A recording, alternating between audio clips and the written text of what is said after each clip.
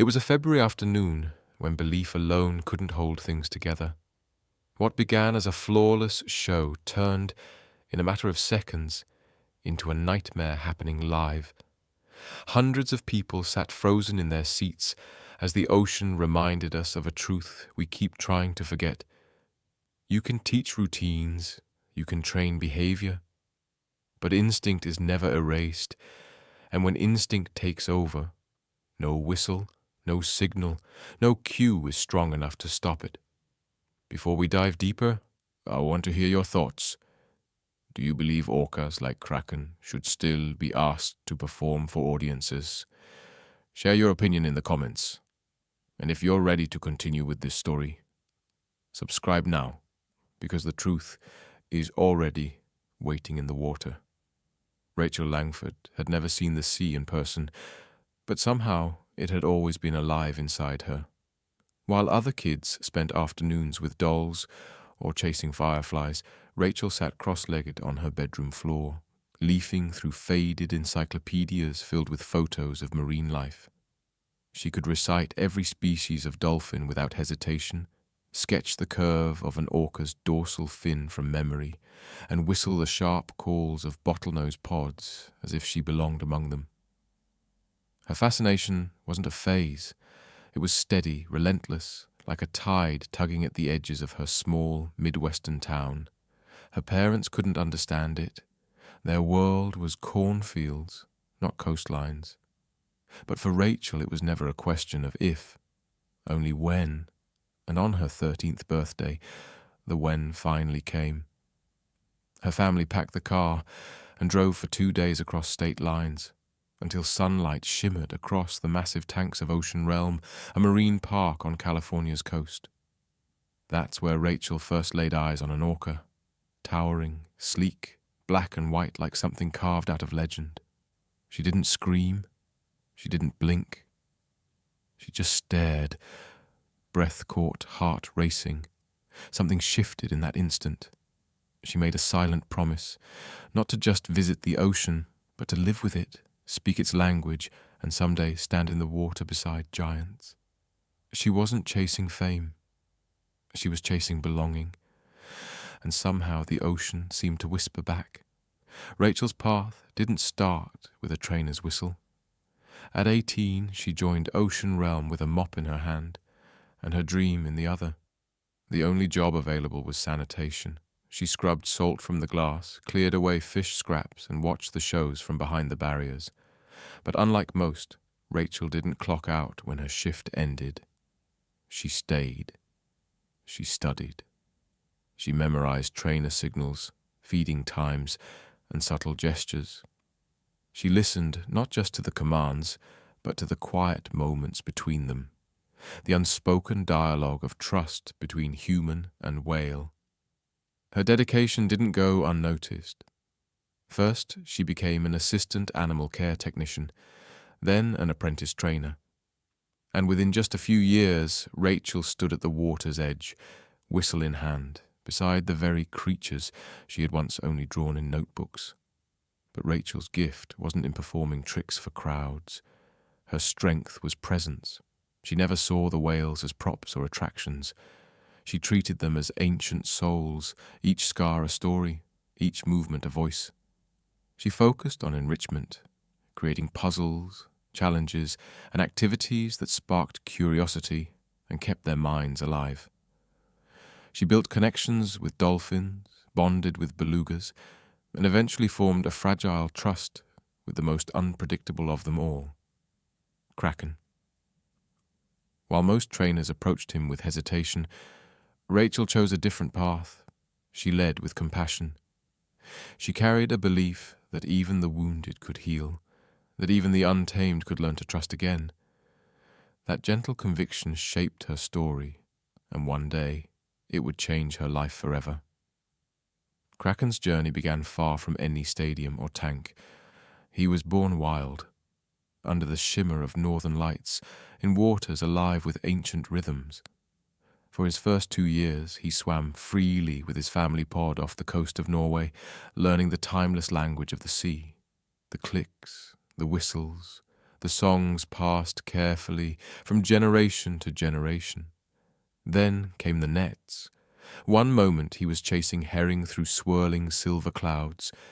The next he was tangled, pulled from the water, torn away from his mother, and lowered into a world of walls. That was the beginning of captivity. For Kraken, it was the silent collapse of everything he had ever known, shuffled from one facility to another. He was measured, tagged, renamed, and put on display. He learned commands, but not connection. He performed tricks, but never surrendered trust. By the time he arrived at OceanRealm, his reputation had already preceded him. Trainers were warned. Kraken had a history. Years earlier, an incident at another facility had left unanswered questions. The official word was an accident, and no one dared to discuss it further. But whispers followed him like a shadow. Some whales adapted to tanks, slipping into routines that dulled the ache of freedom lost. Kraken never did. He often drifted alone, his movements heavy, deliberate. He would ignore signals, push away food, and refuse to perform. Many saw him as uncooperative. Rachel saw something different. She didn't see danger, she saw grief. She believed what others labeled defiance was really memory. Where others saw risk, she saw resilience waiting to be reached. Rachel carried the quiet confidence that if anyone could build a bridge to him, it was her. What she couldn't know, what no one dared to say aloud, was that Kraken's past was still alive inside him. He had never stopped remembering the cold, endless song of the open sea. February 16th arrived like countless other mornings.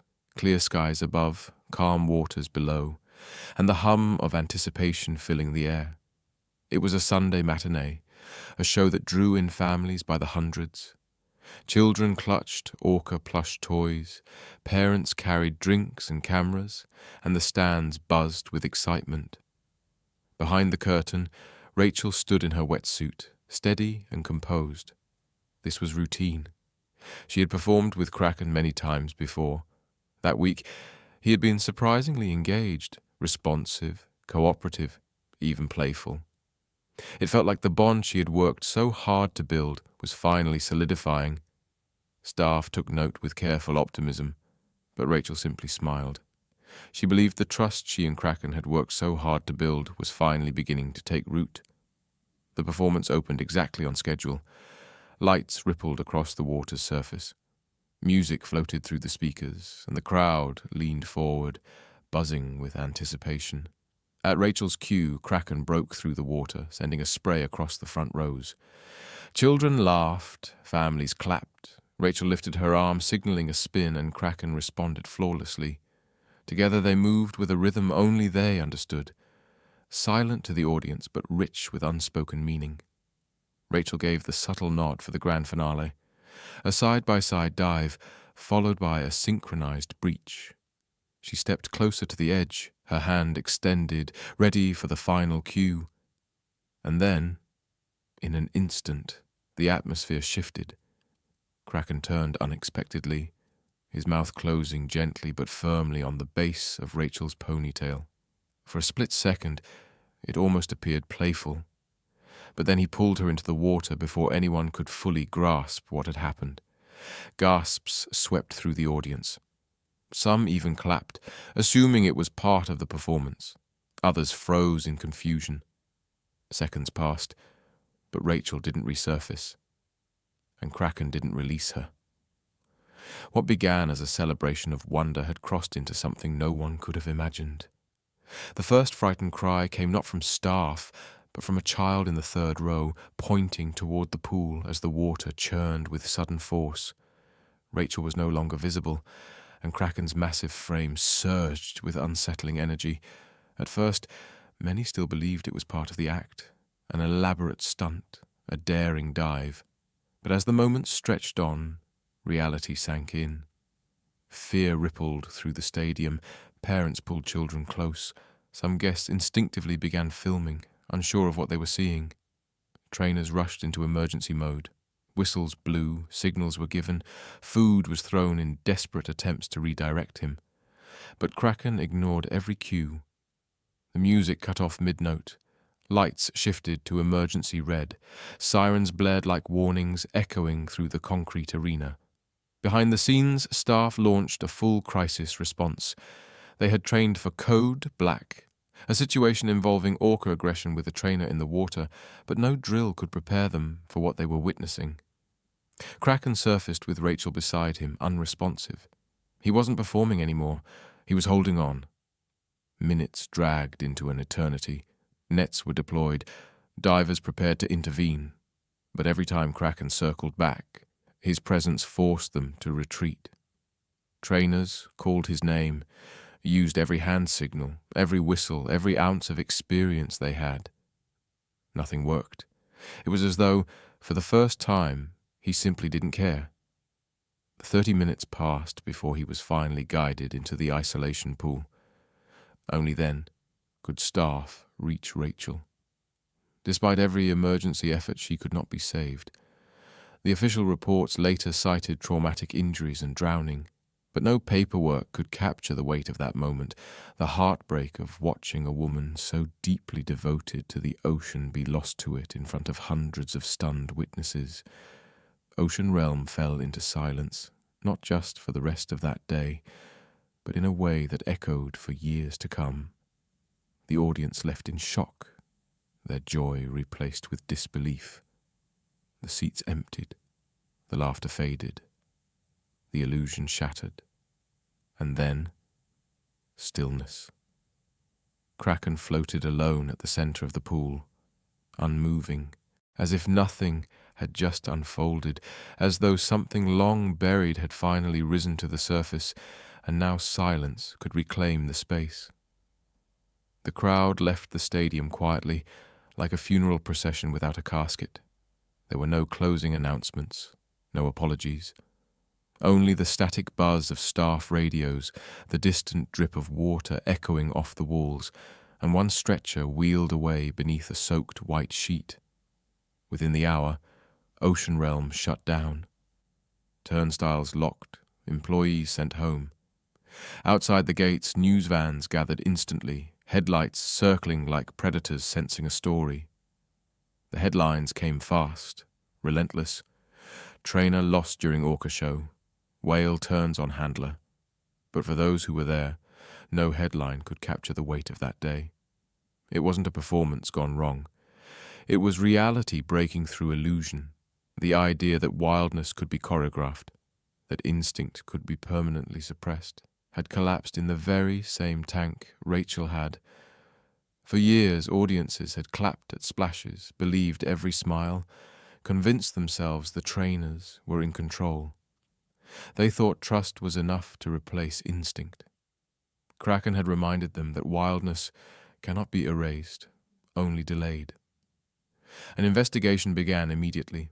Authorities studied footage, examined staff reports, and combed through internal records. What they uncovered was sobering. Warnings that had gone unheeded, red flags dismissed in favor of ticket sales, past incidents brushed aside. Rachel's name spread across the globe. But she wasn't remembered as a performer chasing applause.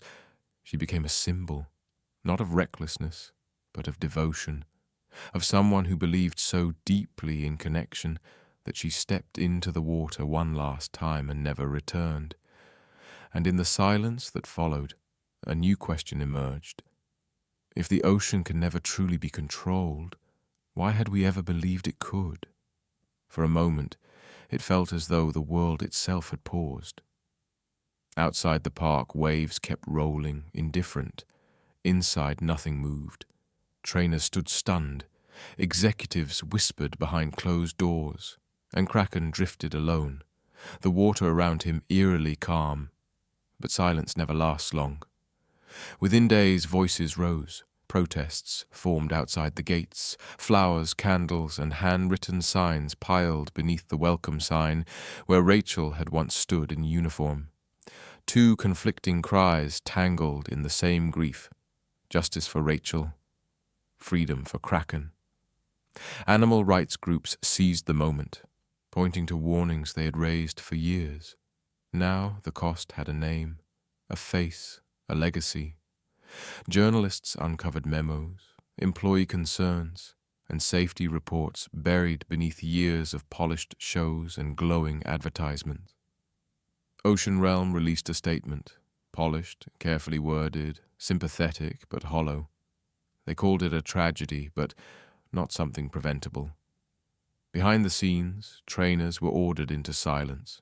No interviews, no public comments. But some spoke anonymously, confirming what many suspected. Kraken had been showing troubling signs for months. He wasn't ready. Perhaps he never would be. Rachel's family stepped forward, not with anger, but with purpose. They asked for accountability, not just for her, but for every trainer ever asked to put faith in a predator for the sake of entertainment. And slowly, the narrative began to change. This wasn't only about one life lost. It was about an entire system built on denial. The tank itself wasn't the only thing cracking. The illusion surrounding it was too. Kraken never performed again. After Rachel's death, he was moved to an off-exhibit tank. No lights, no music, no crowds. Only the sound of water and the low hum of machines. To some it looked like punishment. To others it felt like mercy, but in either case it was silence. OceanRealm never truly recovered. Attendance plummeted. Sponsors withdrew support. School field trips that had once been tradition were suddenly cancelled. The park's name, once synonymous with awe and spectacle, now carried the weight of controversy and sorrow. But beyond the gates, something larger had begun to shift. New federal safety rules were introduced in the wake of the tragedy. Trainers were no longer allowed inside tanks during live performances.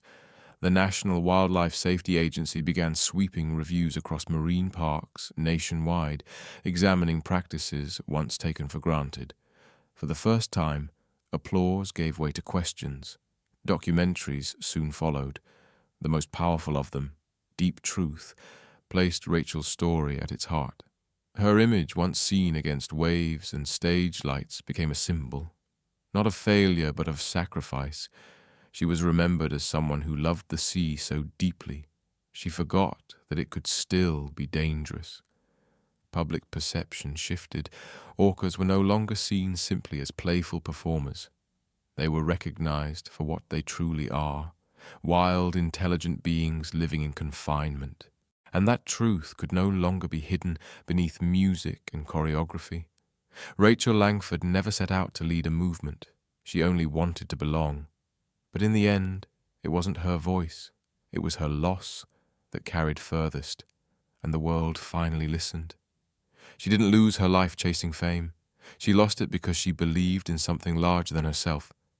That trust could be built, that instinct could be understood, that love alone might be enough. But the ocean doesn't bend to belief. It doesn't matter how many years of training, how much devotion, or how carefully you speak. Its instincts remain. It remembers what we forget. That behind every routine lies wildness, and behind every cheer there is risk. Kraken was not a monster. Rachel was not naive. They were both caught in a system that packaged wonder while hiding the warnings. And when that system cracked, all that remained was silence, and the question that silence still leaves behind. What is the cost of trying to tame the untamable? If this story moved you, if it made you see what exists beyond the glass, then share it. Remember Rachel's name, not only as a tragedy, but as a turning point. Tell us your thoughts in the comments. Should animals like Kraken still live in captivity? Could this have been prevented? Who in the end carries the responsibility? And if you want more true stories that challenge what we think we know, subscribe. Because the truth is rarely quiet, and sometimes it surfaces where we least expect it.